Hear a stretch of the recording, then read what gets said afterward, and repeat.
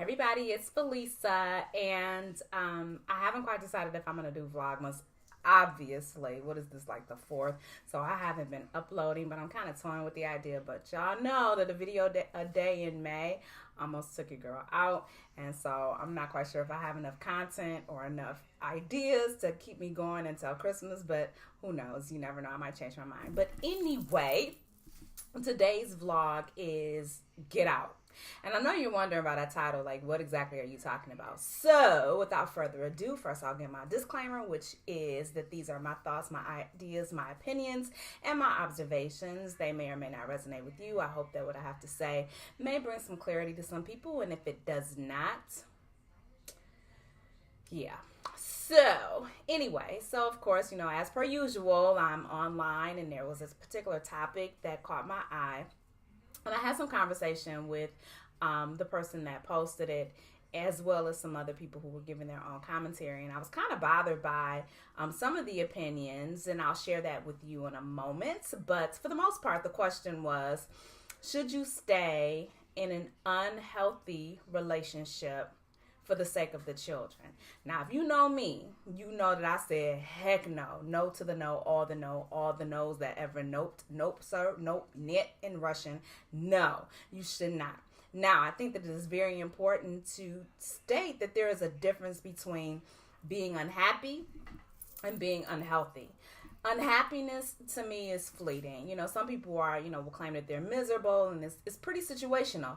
And there are certain things that you can do, not always, but there are certain things that you can do to either stop contributing to your own unhappiness, or to change the conversation and the culture and the tone around why you're unhappy. You can also do some things to influence the environment or the other person. We know that we can't change the behavior of other people, that it must be self-invoked and a very singular and solitary process for people to actually change from the inside out. But you can have some influence over how they do that in the time frame in which they do it, child. But anyway, so unhealthy is a completely different subject. It is a horse of a different color. And so when we say unhealthy, usually that has to do with a toxic environment, toxicity at its finest. And it is everything from emotional abuse to physical abuse of yourself, emotional and physical abuse of the children, neglect. There can be some other kinds of things that are going on that contribute to the the unhealth, See how we get that confused? The unhealth, which is chronic and long-standing betrayal, putting your health at risk because of STDs, etc.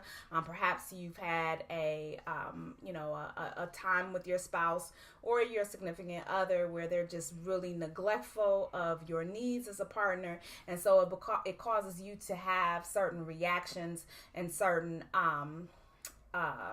responses to that behavior. So I want to talk a little bit about that and what it means to raise children in that environment. So, we all know that children are sponges. We know that they regurgitate almost everything that they hear. They, repeat things, especially when it's embarrassing for them to repeat certain things that they've heard.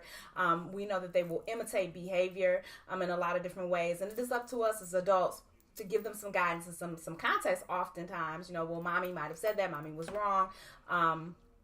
You don't get to say that, and here is why, or whatever your conversation is with your kids. When they are living dysfunctionalism, when they are living toxicity, when they are living in environments where it's tense, it's stressful, kids are not stupid. They're resilient, yes, and they bounce back, and they are able to go through a whole bunch of stuff and generally come out pretty decent on the other end. But they are not oblivious to what's going on. They're not insulated from that environment. And when you have two people in a home that are constantly screaming at each other, especially if they're screaming degrading things, they're uttering profanities, they're tearing down their partner in front of their kids, there's no way that you can believe that children just disregard that and they're not affected by that. You can even see there have been some videos that have been out where adults are fighting. not even in a context of an intimate relationship, but just they're fighting, they're screaming back and forth, and the kids are screaming. They're screaming, they're crying, they're, having outbursts, and that is in direct response to the stimulation and to what they feel. And so if you think that they do that just in response to just, some happenstances going on, how do you think that they're feeling in their households? Even if they're not demonstrating any outward kind of behavior, they will internalize that in a lot of different ways, and it'll come out later on. And you may or may not have any connection to what they've actually been through. But trust me when I tell you, grades suffer. They become withdrawn. They become, just sometimes depression, anxiety, all those kinds of things. And I know that we don't necessarily like labels, and we sure don't like the ones that have mental health connotations. However, kids respond to that, and that's exactly who they become as they get older. And even worse, they learn that that behavior is acceptable. They learn that that is appropriate, and they learn that that is, the way that their parents or whomever are relating to each other, that is the way that you relate to your future spouse. And so they continue that cycle. They perpetuate that, and then their own children are born into that nonsense. And so that's one of the reasons why I feel strongly about saying no. Well, this one person commented, you owe it to your children to remain committed. Basically, I'm paraphrasing this. You owe it to your children to remain committed. You don't know how this affects your children on the back end, and that what they learn is that they just give up.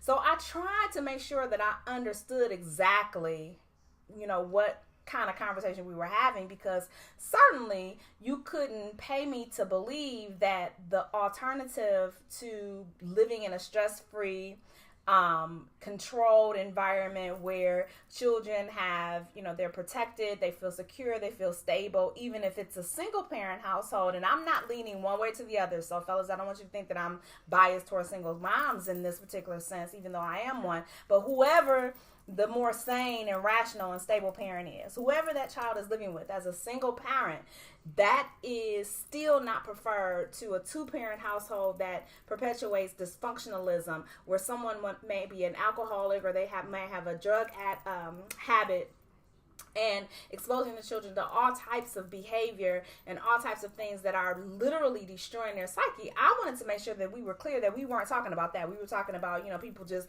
I can't get along, he get on my nerves, she says this or whatever, and they're just throwing in a towel. We're not talking about just superficial reasons for the disbandment of a relationship or a dissolving of a union, right?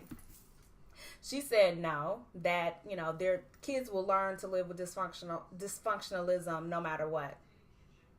And pretty much you should stay in this relationship.